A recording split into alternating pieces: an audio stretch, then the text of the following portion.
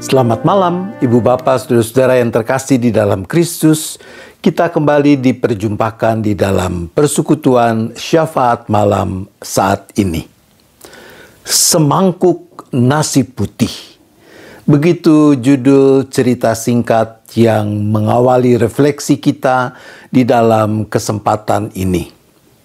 Suatu hari, seorang pemuda, kelihatannya dia mahasiswa, berjalan mondar-mandir di depan sebuah rumah makan cepat saji di sebuah kota metropolitan. Ia menunggu sampai pengunjung sudah sepi. Dengan sikap segan dan malu-malu, dia masuk ke dalam restoran tersebut. Kemudian dengan kepala tertunduk, pemuda ini berkata kepada pemilik rumah makan, "Bisa tolong sajikan saya semangkuk nasi putih?"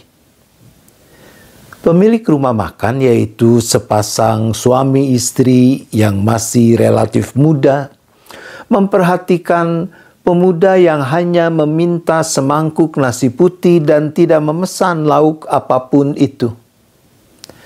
Tapi mereka menghidangkan semangkuk nasi putih seperti yang diminta pemuda itu.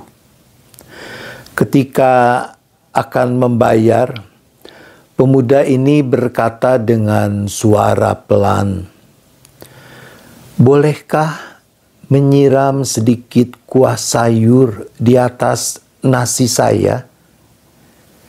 Istri pemilik rumah makan itu berkata sambil tersenyum, "Ambil saja, tidak perlu bayar." Sambil makan, pemuda ini berpikir, kuah sayur gratis. Lalu ia memesan lagi semangkuk nasi putih.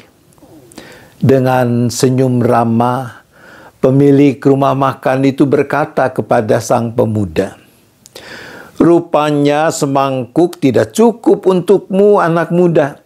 Kali ini saya akan tambahkan nasinya lebih banyak lagi." Bukan. Saya akan membawanya pulang. Besok akan saya bawa ke sekolah sebagai makan siang saya." Mendengar ini, bapak pemilik rumah makan menduga bahwa pemuda ini sepertinya berasal dari keluarga miskin di luar kota. Demi menuntut ilmu, ia datang ke kota mencari uang sendiri untuk membiayai sekolah, dan dia pasti mengalami kesulitan keuangan. Berpikir sampai di situ, sang pemilik rumah makan lalu menaruh sepotong daging dan sebutir telur disembunyikan di bawah nasi. Kemudian ia membungkus nasi itu dan memberikannya kepada si pemuda. Melihat perbuatannya, sang istri tahu bahwa suaminya sedang membantu pemuda ini. Hanya ia tidak mengerti kenapa daging dan telur disembunyikan di bawah nasi. Suaminya kemudian berbisik kepadanya, "Kalau pemuda ini melihat kita menaruh lauk di nasinya, tentu dia akan merasa kita bersedekah kepadanya. Harga dirinya pasti akan tersinggung, dan lain kali dia tidak akan datang lagi. Padahal jika dia ke tempat lain, mungkin orang hanya memberikan semangkuk nasi putih saja. Mana ada gizi untuk bersekolah." "Engkau sungguh baik hati, suamiku. Sudah menolong orang, masih menjaga harga dirinya." Tersenyum, bapak itu berkata, "Jika saya tidak baik, apakah engkau mau menjadi istriku?" Sepasang suami istri muda ini merasa gembira dapat membantu orang lain. "Terima kasih, saya sudah selesai makan," ujar pemuda itu ketika berpamitan. Ketika ia mengambil bungkusan nasinya, ia membalikkan badan melihat dengan pandangan mata berterima kasih kepada suami istri itu. "Besok singgah lagi, engkau harus tetap semangat," kata pemilik rumah makan sambil melambaikan tangan. Dengan perkataannya ini, ia mendorong pemuda itu agar jangan segan untuk datang lagi besok. Sepasang mata pemuda ini berkaca-kaca terharu. Sejak itu, setiap sore, pemuda ini singgah ke rumah makan mereka. Sama seperti biasa, setiap harinya hanya memakan semangkuk nasi putih dengan meminta kuah sayur, dan membawa pulang sebungkus untuk bekal keesokan hari. Dan sudah pasti, di bawah nasi yang dibawanya pulang setiap hari, terdapat lauk berbeda yang tersembunyi dari hari ke hari. Sampai pemuda ini tamat sekolah.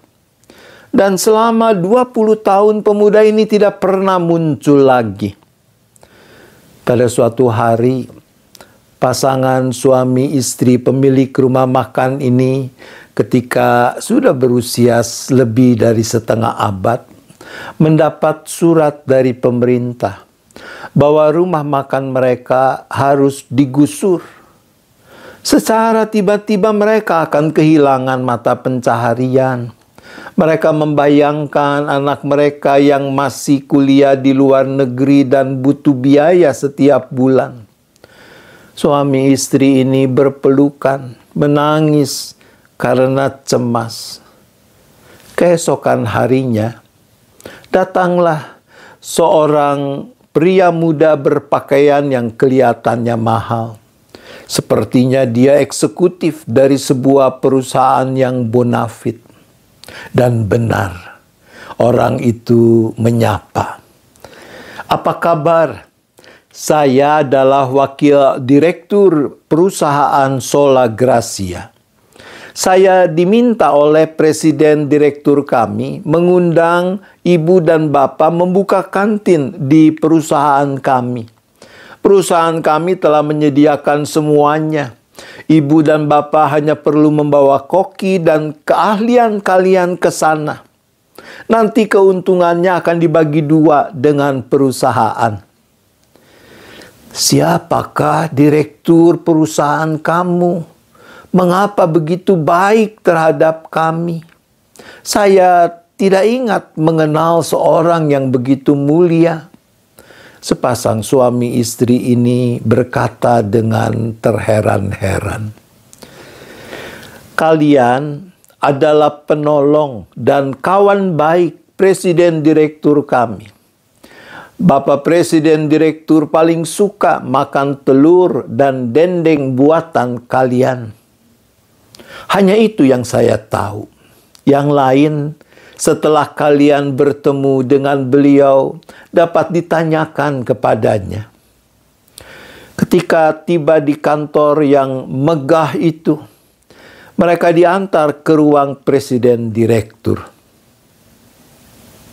Ternyata, pemuda yang hanya memakan semangkuk nasi putih ini, setelah bersusah payah selama 20 tahun, akhirnya dapat membangun sebuah kerajaan bisnis dan sekarang ia menjadi presiden direktur yang sukses. Dia merasa keberhasilan yang dicapainya adalah berkat bantuan sepasang suami istri ini. Jika mereka tidak membantunya, ia tidak mungkin dapat menyelesaikan kuliahnya dan menjadi sesukses sekarang.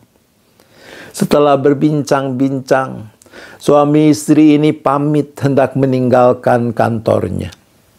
Pemuda ini berdiri dengan membungkuk dalam-dalam. Ia berkata, "Semangat ya, di kemudian hari perusahaan akan tergantung pada kalian.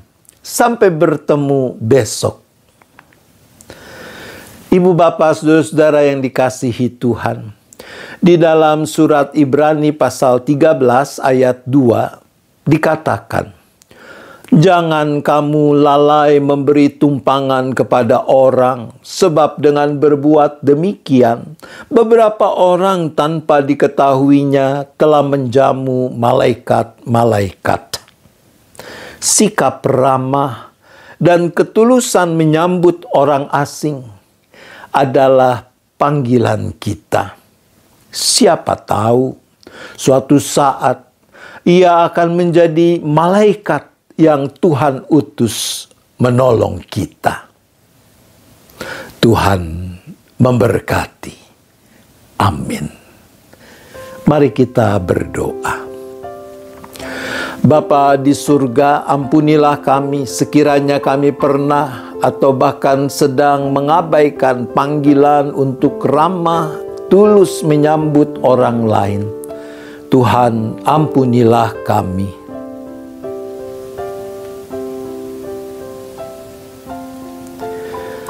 Ya Bapa, berilah kami hikmat kasih yang meluap, kemauan agar makin mampu peduli pada orang-orang yang kami jumpai di dalam hidup ini.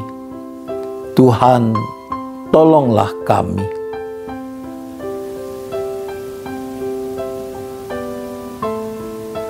Saat ini kembali kami berdoa untuk setiap anak-Mu, seisi keluarga masing-masing, anggota ataupun simpatisan, yang sedang bergumul dengan berbagai hal dalam hidup mereka. Mungkin ada yang masih bergumul dengan gangguan kesehatan, masalah sakit penyakit yang dialaminya sendiri ataupun yang dialami anggota keluarga. Barangkali ada yang sedang memikul beban berat karena masalah finansial, masalah sumber penghidupan, pekerjaan, usaha. Ada yang punya problem karena ketidakharmonisan dalam relasi antar anggota keluarga. Mungkin ada yang sedang bingung, yang sedang galau karena berbagai ketidakpastian di masa depan, entah terkait studi, pekerjaan, perjodohan, dan seterusnya. Bagi mereka semua, kami memohon belas kasihan dan pertolongan-Mu.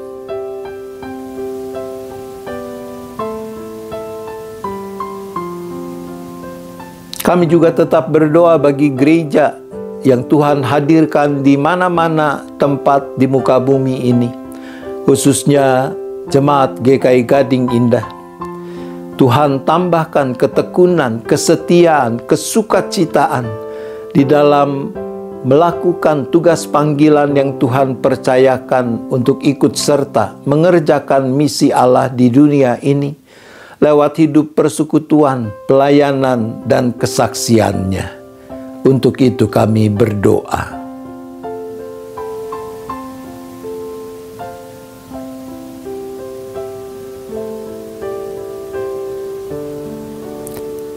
Kami secara khusus berdoa untuk keluarga-keluarga yang sedang diliputi duka cita, khususnya keluarga saudara Akyong dan Ayen.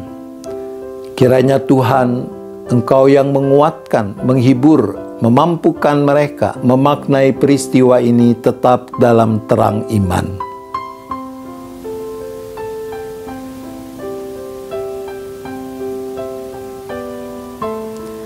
Kami juga terus berdoa bagi bangsa dan negara kami. Mampukanlah para pemimpin bangsa kami untuk selalu memikirkan, merancang apa yang benar, melakukan dengan cara yang benar, hingga mendatangkan kebaikan bagi segenap bangsa. Tolong agar bangsa yang dikaruniai keragaman ini boleh memanfaatkan keragaman yang ada sebagai kekuatan, kekayaan membangun hidup bersama yang makin benar, makin adil, makin damai, dan makin sejahtera.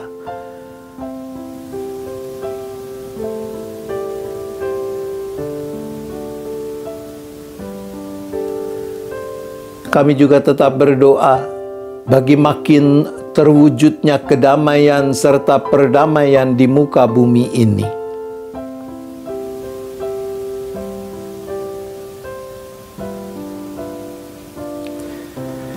Bila tiba saatnya nanti kami beristirahat, kami serahkan seluruh keberadaan kami hanya ke dalam tangan kasih pemeliharaan Tuhan. Biarlah kami boleh istirahat dengan cukup, tidur dengan nyenyak, dan besok menyambut hari baru dalam kondisi yang semakin terbarui, dengan semangat untuk terus memuliakan nama Tuhan. Terima kasih ya Bapa, kami bersyafaat hanya di dalam nama Tuhan Yesus Kristus. Amin. Selamat malam, Ibu Bapak, Saudara-saudara. Selamat istirahat. Tuhan tetap beserta kita.